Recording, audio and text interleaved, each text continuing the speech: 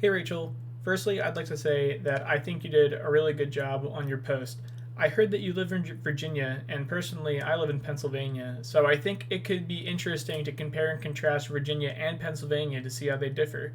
But from your video, it sounds like there are far more similarities than there are differences. Additionally, I would also be interested to know the requirements to be an LPC in Virginia, just like the counselors whose consent form you reviewed, to see the different or to see if they differ from the requirements in Pennsylvania. I find it funny that some states can be so close to one another but have entirely different processes and requirements to be a licensed counselor. I know that you mentioned how the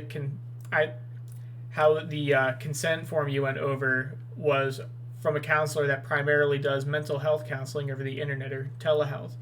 It made me wonder as a future counselor what the required regulations are for telehealth versus counseling people in the states, and if you would have to abide by the state that you're practicing in, or if you would have to abide by the state that the client is in. Hopefully, we can learn this sooner in the program.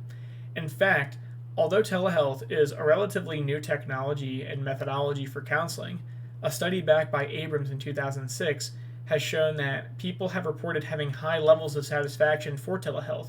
And I find that interesting to think how telehealth has changed since modern counselors are communicating over Zoom or other virtual platforms instead of having a session over a landline. Hearing that you went over the form of a telehealth counselor, it also made me wonder about the ethical proceedings and how events would go in time of an emergency or a crisis, as well as how confidentiality would be kept over the internet.